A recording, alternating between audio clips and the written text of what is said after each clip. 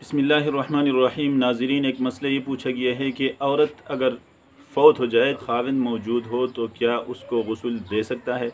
इसी तरह अगर मर्द का इंतकाल हो जाए, उसकी बीवी मौजूद हो तो क्या वो उसको गुस्ल दे सकती है या नहीं दे सकती।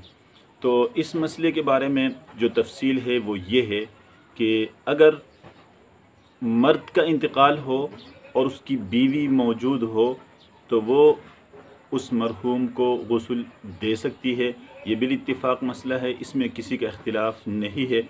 और दलील उसकी ये है कि हज़रत आयशा रज़ियल्लाहु ताला अन्हा फरमाती हैं, लव इस्तक़बलना मिनल अम्रि मस्तदबरनाहु लमा गस्सला रसूलुल्लाहि सल्लल्लाहु अलैहि वसल्लम इल्ला निसाउ, कि अल्लाह के रसूल सल्लल्लाहु अलैहि वसल्लम को जो गुस्ल दिया गया था वो हज़रत अली रज़ियल्लाहु ताला अन्हु, हज़रत इब्न अब्बास और हज़रत अब्बास, इस तरह दीगर सहाबा 7-8 के करीब अफराद थे जिन्होंने गुस्ल दिया, जो मर्द हज़रात थे। लेकिन हज़रत आयशा इस रिवायत के अंदर फरमाती हैं कि अगर हमें इस चीज़ का इल्म पहले होता जिसका बाद में हमें इल्म हुआ तो अल्लाह के रसूल को उनकी अज़वाज मुतहरात ही गुस्ल देती। यानी कहने का मतलब ये है उनका कि हमें ये मालूम नहीं था कि खाविंद के इंतकाल के बाद उसकी बीवी उसको गुस्ल दे सकती है, इसलिए हमने उसमें शिरकत नहीं की और ये अमल हमने सरअंजाम नहीं दिया। अगर हमें पहले ये इल्म होता तो हम ही ये काम कर लेती। और दूसरी रिवायत जो है मुस्नद अहमद में फरमाते हैं कि औसा अबू बकरिन इला इमरातिही अस्मा बिन्त उमैस अन तग़सिलहु बाद वफ़ाती, कि हज़रत अबू बकर सिद्दीक़ रज़ियल्लाहु ताला अन्हु ने भी वफ़ात से पहले अपनी ज़ौजा अस्मा बिन्त उमैस से उनको ये वसीयत की थी कि मेरे इंतकाल के बाद मुझे गुस्ल दें। तो ये बिल इत्तिफ़ाक़ मसला है। अब दूसरे मसले की तरफ हम आते हैं कि अगर बीवी का इंतकाल हो और उसका खाविंद मौजूद हो तो क्या यहाँ ये खाविंद जो है अपनी बीवी की मय्यत को गुस्ल दे सकता है या नहीं दे सकता। इमाम शाफ़ी रहमहुल्लाह ताला इस सिलसिले में फ़रमाते हैं ये भी दे सकता है, बिल्कुल उसके लिए जायज़ है। ये इमाम शाफ़ी का नुक़्ता नज़र है। वो इस्तिदलाल में ये रिवायत पेश करते हैं कि एक दफ़ा रसूलुल्लाह सल्लल्लाहु अलैहि वसल्लम जब घर में तशरीफ़ लाए बाहर से और कुछ बीमार भी थे, तो हज़रत आयशा रज़ियल्लाहु ताला भी बीमार थी। उन्होंने कहा वारा साहू, हाय मेरे सर। तो अल्लाह के रसूल ने फरमाया कि वमा अलैकी इन्नकी इज़ा मित्ती गसलतुकी व कफ़नतुकी व सल्लैतु अलैकी। रसूलुल्लाह सल्लल्लाहु अलैहि वसल्लम ने फरमाया अगर मेरी ज़िंदगी में आपका इंतकाल हो जाए तो ये आपके लिए तो गनीमत है कि मैं आपको गुस्ल दूँगा और आपको कफ़न दूँगा और आपका नमाज जनाज़ा पढ़ूँगा। ये हज़रत इमाम शाफ़ी रहमहुल्लाह ताला इस रिवायत से इस्तिदलाल करते हुए फ़रमाते हैं कि अल्लाह के रसूल यहाँ फ़रमाते हैं कि अगर मेरी ज़िंदगी में आपका इंतकाल हो तो मैं आपको गुस्ल दूँगा। ये अल्फाज हैं यहाँ। तो इससे मालूम हुआ कि मर्द भी अपनी बीवी को गुस्ल दे सकता है। और दूसरी दलील वो ये पेश करते हैं कि हज़रत फ़ातिमा रज़ियल्लाहु ताला अन्हा का जब इंतकाल हुआ तो उनको गुस्ल देने का जो अमल था ये हज़रत अली रज़ियल्लाहु ताला अन्हु ने अंजाम दिया था।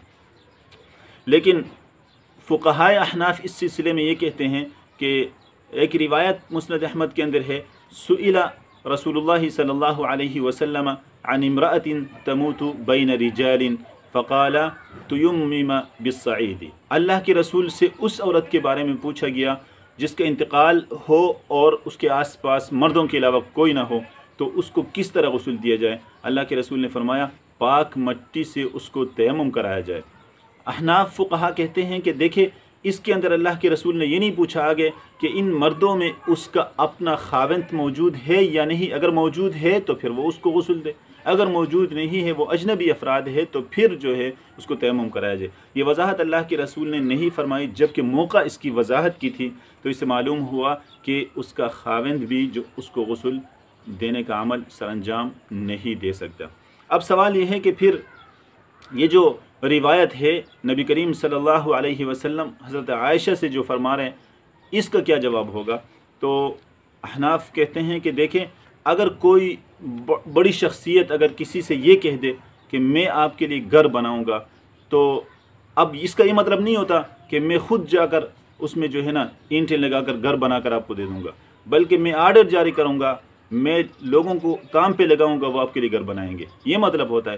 اسی طرح رسول اللہ صلی اللہ علیہ وسلم جو یہاں فرماتے ہیں کہ میں آپ کو غسل دوں گا، یعنی میں آپ کو جو ہے غسل دینے کا جو عمل ہے اس کی نگرانی کروں گا، لوگوں کو جو ہے جو غسل دینے کا عمل کریں گے ان کو میں ہدایت جاری کروں گا، صحیح طریقے سے آپ کو غسل دیے جائے گا، یہ مطلب اس کا ہے۔ اور بعض روایتوں میں بھی یہ الفاظ آتے ہیں غسلتکی، میں آپ کو غسل دلواؤں گا، یہ الفاظ اس کے اندر موجود ہے۔ بعض احناف فقہا اس کا یہ بھی جواب دیتے ہیں کہ رسول اللہ صلی اللہ علیہ وسلم کے ساتھ بعض عمل خاص بھی ہوتے تھے جو امت کے لیے نہیں تھے، یہاں بھی یہ عمل جو ہے یہ اللہ کے رسول کے ساتھ خاص تھا۔ دلیل اس کی یہ ہے، اللہ کے رسول فرماتے ہیں کل سبب ونسب ينقطع الا سببی ونسبی، ہر سببی رشتہ یا نسبی رشتہ، یعنی ہر نسب کا رشتہ یا ہر سبب سے بنا ہوا مساہرت والے رشتہ، یہ سارے موت سے ختم ہو جاتے ہیں، لیکن میرا سببی رشتہ بھی برقرار رہتا ہے، میرا نسبی رشتہ بھی برقرار رہتا ہے۔ تو اس حدیث سے معلوم ہوا کہ اللہ کے رسول کا جو ہے ان کے انتقال کے بعد بھی ان کا یہ رشتہ برقرار تھا، اور یہی وجہ ہے کہ اللہ کے رسول کے انتقال کے بعد بھی جب ان کا رشتہ برقرار ہے تو ان سے ازواج مطہرات سے نکاح کرنا بھی جائز نہیں ہے۔ اور باقی جو یہ روایت پیش کی گئی کہ حضرت علی رضی اللہ تعالی عنہ جو ہے انہوں نے حضرت فاطمہ کو غسل دیا تھا، یہ بات درست نہیں ہے۔ صحیح روایت یہ ہے کہ اسماء بنت عمیس جو ابو بکر صدیق کی زوجہ ہیں انہوں نے یہ عمل انجام دیا تھا، اور اس کا مشہور واقعہ بھی ہے جہاں حضرت عائشہ وہاں جب گئی تھی ان کو وہاں جانے نہیں دیا گیا تھا، یہ ایک الگ مسئلہ ہے، اس پر الگ جو ہے بحث کی جائے گی۔ اور بعض لوگ یہاں یہ بھی جواب دیتے ہیں کہ دیکھیں حضرت علی رضی اللہ تعالی عنہ نے یہ عمل تو کیا تھا، لیکن ابن مسعود رضی اللہ تعالی عنہ نے ان پر نکیر فرمائی، انہوں نے کہا کہ یہ تو آپ کے لیے درست نہیں ہے کہ مرد جو ہے اپنی بیوی کو غسل دے، یہ تو صحیح عمل نہیں ہے، یہ درست نہیں ہے۔ تو انہوں نے فرمایا تھا کہ آپ کو معلوم نہیں ہے اللہ کے رسول نے مجھے فرمایا تھا ان فاطمۃ زوجتک فی الدنیا والآخرہ، فاطمہ دنیا اور آخرت میں جو ہے آپ کی بیوی ہے۔ تو فاطمہ رضی اللہ تعالی عنہا جو ہے وہ بھی اللہ کے رسول کی بیٹی ہیں، جس طرح اللہ کے رسول نے فرمایا تھا کہ میرا رشتہ بھی برقرار رہتا ہے، تو اللہ کے رسول کی بیٹی کے ساتھ گویا کہ عمل خاص تھا۔ لیکن یہ صحیح جواب نہیں، صحیح جواب وہی ہے کہ حضرت علی رضی اللہ تعالی عنہ نے یہ غسل دینے کا عمل انجام نہیں دیا تھا۔ اور عقلی طور پر ایک بات یہ ہے کہ اصولی بات ہے جو سمجھ میں آنے والی بات ہے، وہ یہ ہے کہ اگر میاں بیوی میں سے بیوی کا انتقال ہو جائے تو وہ فوت ہوتے ہی اپنے خاوند کی زوجیت سے نکل جاتی ہے۔ دلیل اس کی یہ ہے کہ اگر کوئی عورت مر جائے اس کا خاوند موجود ہو تو یہ خاوند جو ہے اس کی دوسری بہن اگر موجود ہو تو اس سے فوری طور پر بھی نکاح کر سکتا ہے۔ حالانکہ اگر ایک بہن کسی کی زوجیت میں موجود ہے تو اس کی دوسری بہن سے نکاح کرنا درست نہیں ہوتا۔ ہاں ایک بہن کو طلاق دے کر عدت سے بھی وہ اس کے فارغ ہونے کے بعد پھر جا کر اس کی دوسری بہن سے نکاح کر سکتا ہے، اور اگر وہ اس کی زوجیت میں ہے تو اس کی بہن سے نکاح کرنا درست نہیں ہے۔ یہاں یہ عورت جب فوت ہو جاتی ہے تو فوراً اس کی بہن سے نکاح کرنا درست ہوتا ہے، اس سے معلوم ہوا یہ اس کی زوجیت میں نہیں ہے۔ اگر یہ اس کی زوجیت میں ہوتی تو اس کی بہن سے نکاح کرنا درست نہ ہوتا۔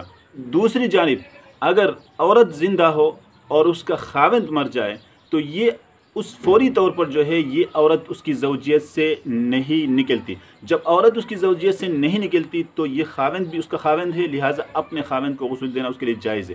اب اس کی دلیل کیا ہے کہ وہ زوجیت سے فوری طور پر نہیں نکلتی؟ دلیل اس کی یہ ہے کہ یہ 4 مہینے 10 دن تک کہیں اور نکاح نہیں کر سکتی۔ اس سے معلوم ہوا یہ اس مرحوم کی بیوی ہے 4 مہینے 10 دن تک۔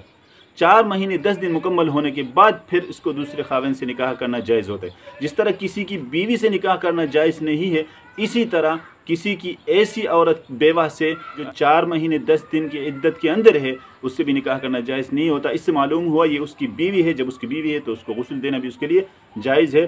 ایک تو ہمارے پاس وہ دلائل ہیں اور دوسرا یہ اجتہادی دلیل ہمارے پاس ہے، تو اس سے معلوم ہوا جو مسئلہ ہم بتا رہے ہیں وہی صحیح ہے۔ والسلام علیکم ورحمۃ اللہ وبرکاتہ۔